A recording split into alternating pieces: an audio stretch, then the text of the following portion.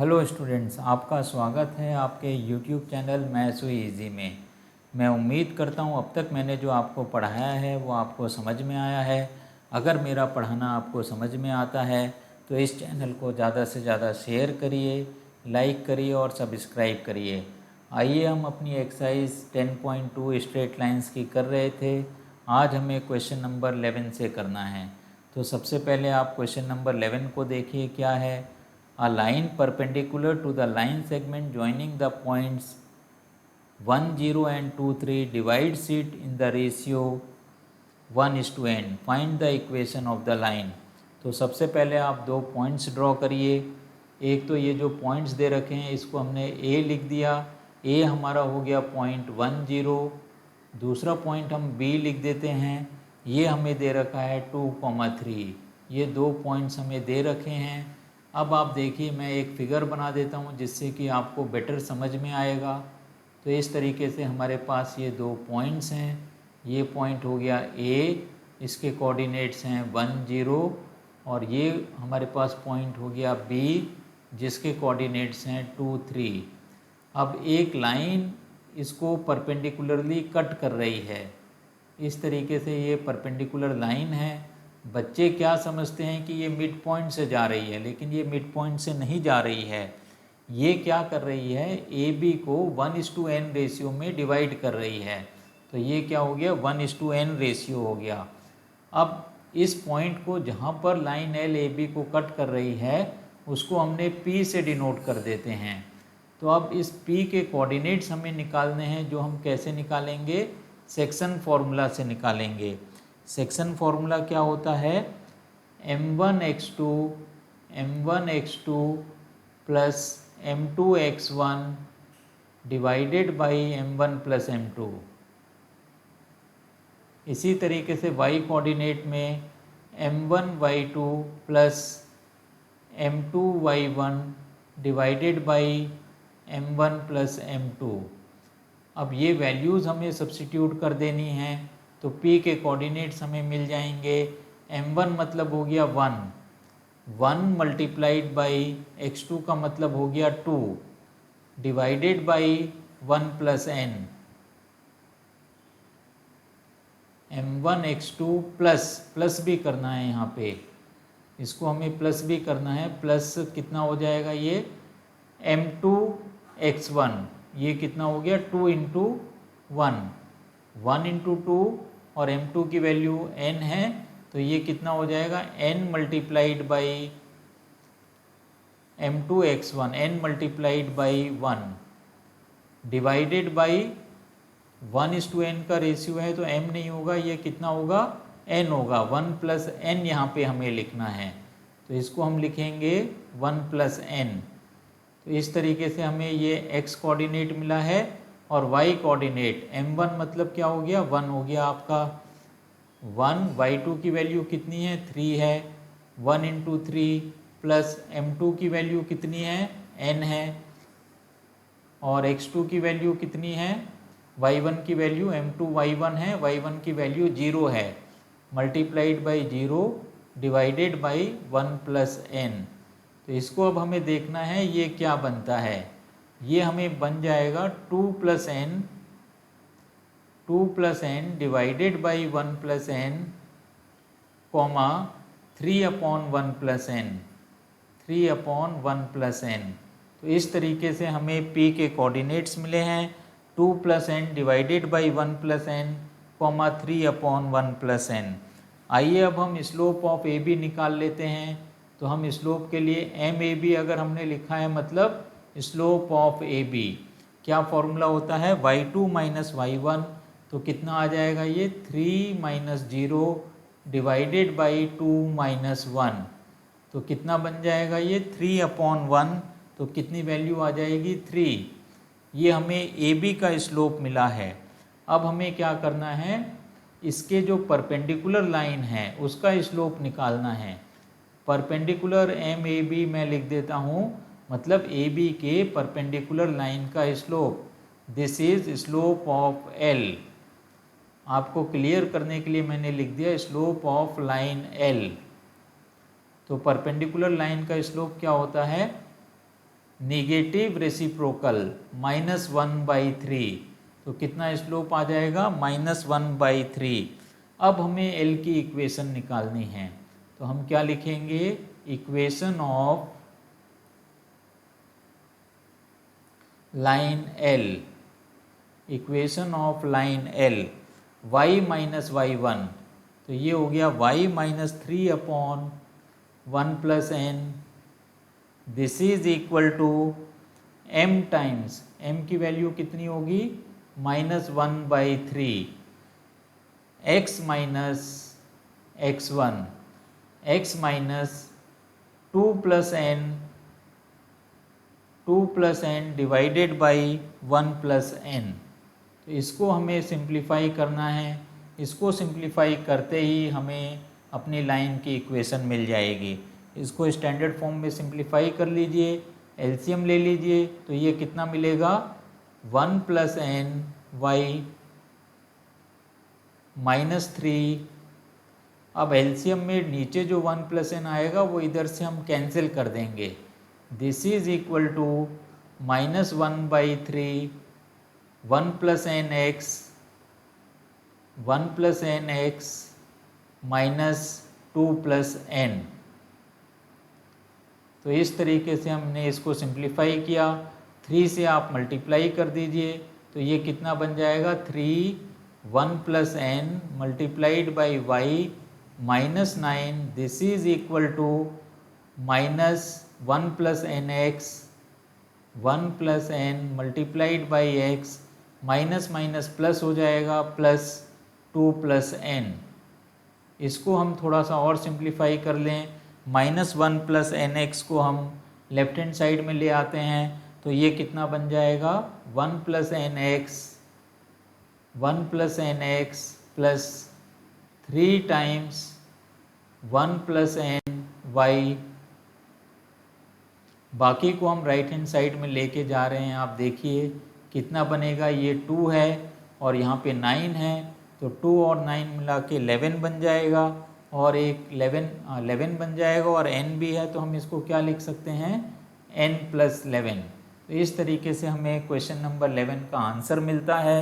तो ये थोड़ा सा मुश्किल सवाल तो नहीं है, लेकिन कॉन्सेप्ट इसमें लग रहा है, तो इस चीज़ का आपको ध्यान में रखना है। इसी तरीके से आपको इस सवाल को करना है। आइए अब हम डिस्कस करते हैं क्वेश्चन नंबर 12 को। क्वेश्चन नंबर 12 हमें क्या दे रखा है, आप चेक करिए।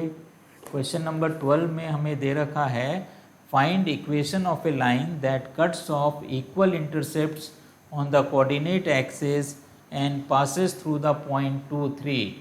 Cuts equal intercept and passes through 2 3, ये चीज़ हमें दे रखी है। Cuts equal intercept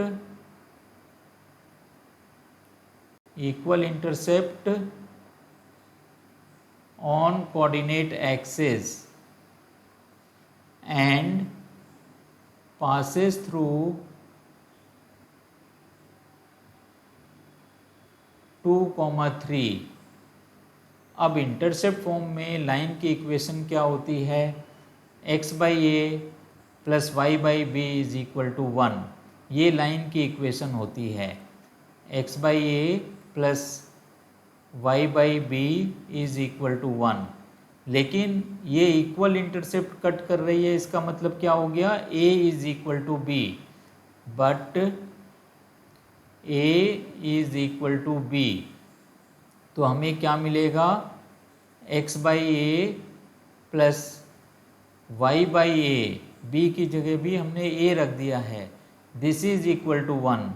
this implies x + y = a। Now this line passes through 2, 3। ये 2, 3 से पास होती है, तो x की जगह पे 2 रख दीजिए, y की जगह पे 3 रख दीजिए। तो इससे हमें a की वैल्यू मिल जाती है, a = 5।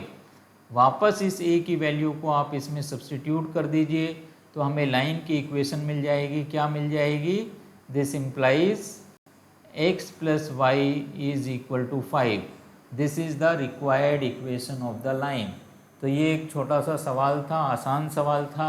इस तरीके से आपको क्वेश्चन नंबर 12 को करना है। आइए अब हम डिस्कस करते हैं क्वेश्चन नंबर 13 को। क्वेश्चन नंबर 13, क्वेश्चन नंबर 13 भी कुछ इसी तरीके का है। Find equation of the line passing through the point 2 2 and cutting off intercepts on the axes whose sum is 9।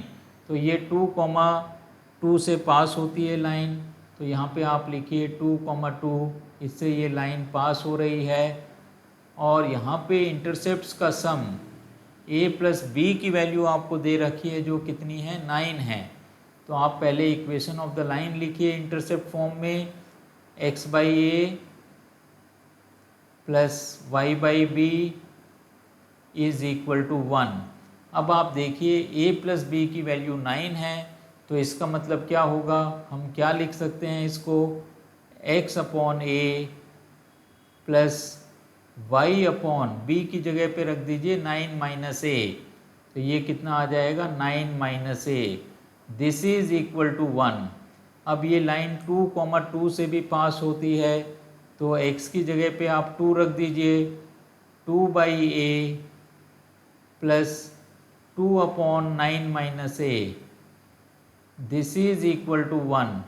अब इस इक्वेशन को हमें सॉल्व करना है, एलसीएम लेना है, क्वाड्रेटिक इक्वेशन बनेगी। जो भी सॉल्यूशन आएगा, ए और बी की जो भी वैल्यूज़ आएंगी वापस हम इस इक्वेशन में रखेंगे। तो अब आप देखिए एलसीएम लेने से नीचे क्या बन जाएगा, a multiplied by 9 minus a, और इधर हमें क्या मिलेगा 2 multiplied by 9 minus a plus 2a divided by a multiplied by 9 minus a, this is equal to 1। इसको और सिंप्लीफाई करिए, देखिए क्या मिलता है हमें, 18, 9 2 जा 18 माइनस 2a प्लस ये तो फिर से 2a ही है, प्लस 2a डिवाइडेड बाई कितना बन जाएगा ये 9a minus a square, this is equal to 1। तो ये माइनस 2a और प्लस 2a कैंसिल आउट होता है, तो ये हमें मिल जाएगा। इसको इधर ले जाइए, 18 is equal to 9a minus a square, या हम इसको लिख सकते हैं लेफ्ट हैंड साइड में सारी चीज़ ले आइए आप, a square minus 9a plus 18 is equal to 0। अब इस इक्वेशन को हमें फैक्टराइज करना है, तो देखिए कैसे इसको हम फैक्टराइज कर सकते हैं। ए स्क्वायर माइनस 3a लिख सकते हैं and minus 6a plus 18, this is equal to 0। Minus 3a minus 6a 9a बन गया, माइनस 3 इंटू माइनस 6 कितना बन गया, 18 बन गया। तो a को आप कॉमन निकाल लीजिए, a को अगर हम कॉमन निकाल लेते हैं तो हमें मिलता है a माइनस 3 प्लस यहाँ से आप कितना कॉमन निकालोगे, माइनस 6 कॉमन निकालोगे, तो ये क्या बन जाएगा, a minus 3 is equal to 0।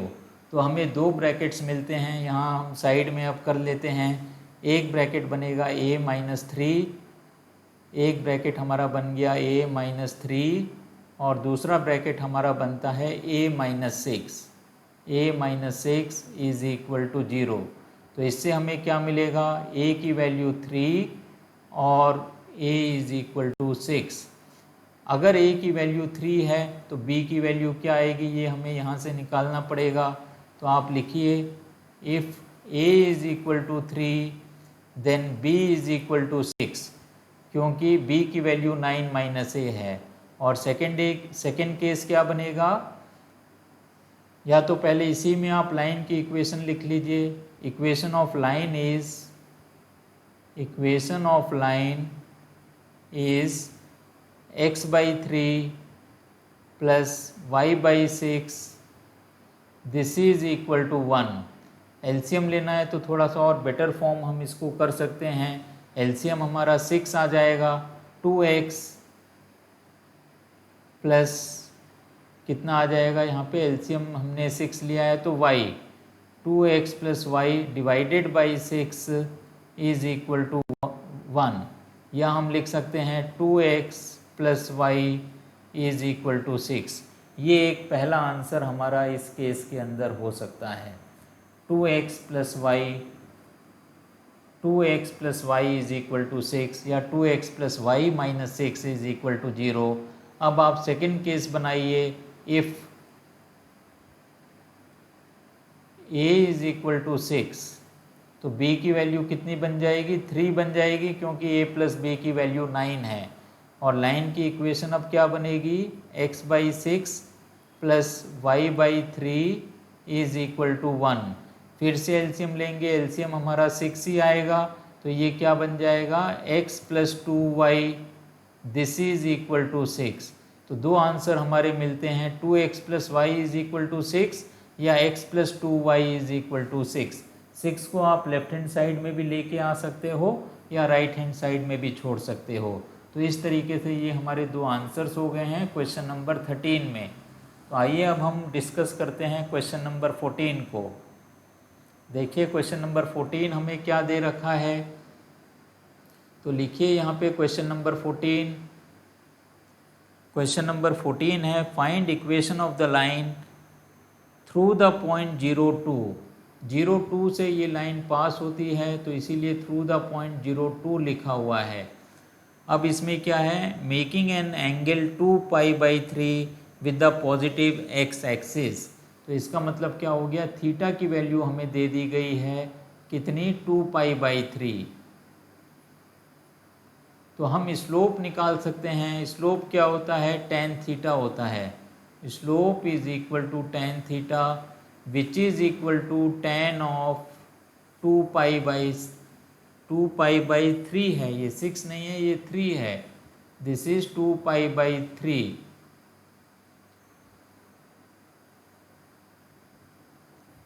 tan of 2π/3। तो इसकी वैल्यू हमें निकालनी है, जो आपने अब तक निकालनी सीखी हुई है। तो इसको हम लिख सकते हैं tan ऑफ पाई - π/3। तो पाई - π/3 क्या बनता है? 2π/3 बनता है। तो इसकी वैल्यू कितनी आ जाएगी? देखिए, tan ऑफ सेकेंड क्वाड्रेंट के अंदर है, सेकेंड क्वाड्रेंट के अंदर tan नेगेटिव होता है, तो हम यहाँ पे लिख सकते हैं -tan π/3, -tan π/3।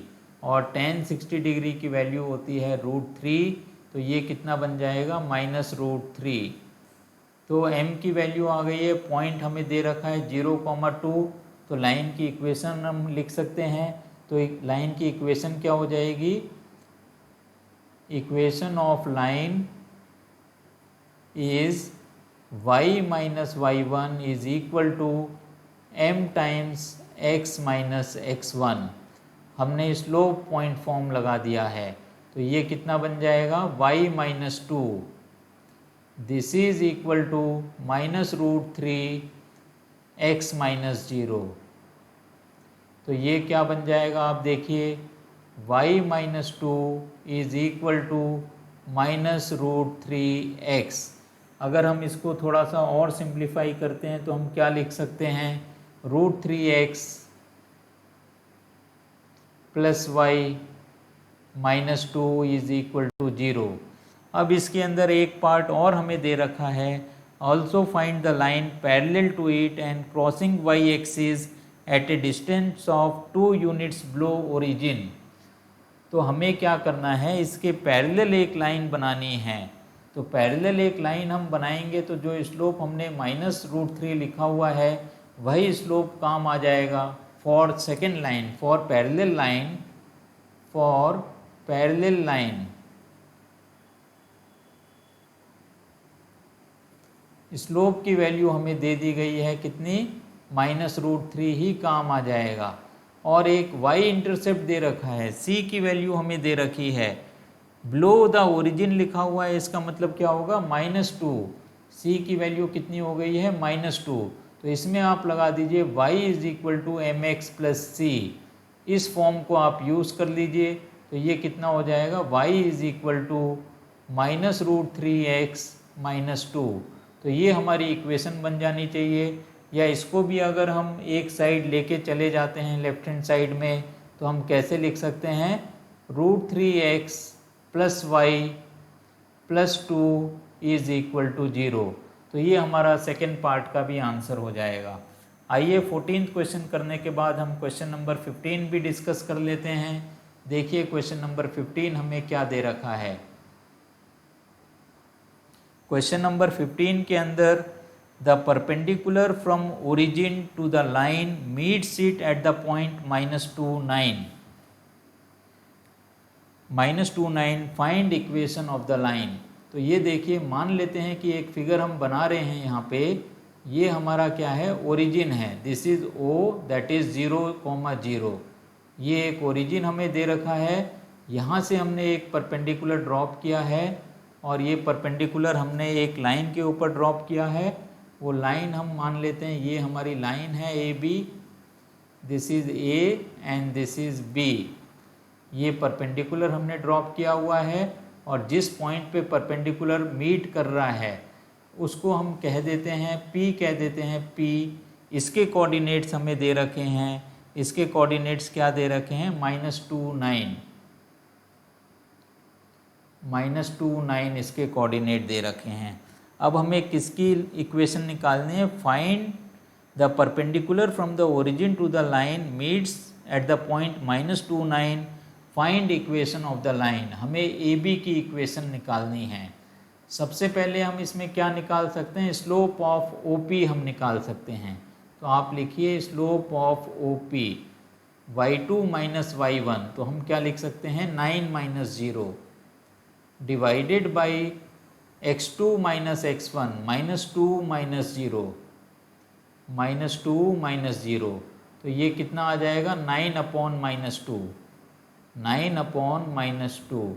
अब परपेंडिकुलर लाइन का slope of perpendicular line to OP, तो ये क्या बन जाएगा, स्लोप ऑफ AB बन जाएगा। कितना बन जाएगा, निगेटिव रेसिप्रोकल। तो ये बन जाएगा 2/9। अब हमें इक्वेशन निकालनी है AB की। इक्वेशन ऑफ लाइन AB क्या बन जाएगा, एक पॉइंट हमें P दे रखा है और स्लोप हमें 2/9 दे रखा है। y minus y1, y minus 9 हम लिख सकते हैं।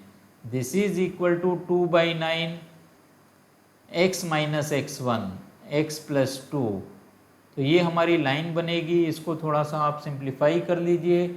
इसको अगर हम सिंप्लीफाई करते हैं तो देखिए क्या हमें मिलता है, 9y minus 81 this is equal to 2x plus 4। तो ये हमारा लाइन की इक्वेशन बननी चाहिए। इसको और थोड़ा सा आप सिंप्लीफाई कर लीजिए। तो इसको हम लिख सकते हैं, सबको आप राइट हैंड साइड में लेके चले जाइए। 2x, क्योंकि x को जनरली हम पॉजिटिव रखते हैं, 2x माइनस 9y 81 इधर आ जाएगा तो ये प्लस 81 हो जाएगा। प्लस 81 है और प्लस 4 है तो ये कितना बन जाएगा, plus 85। This is equal to 0। तो हमें क्या आंसर इसके अंदर मिल रहा है, 2x minus 9y plus 85 is equal to 0।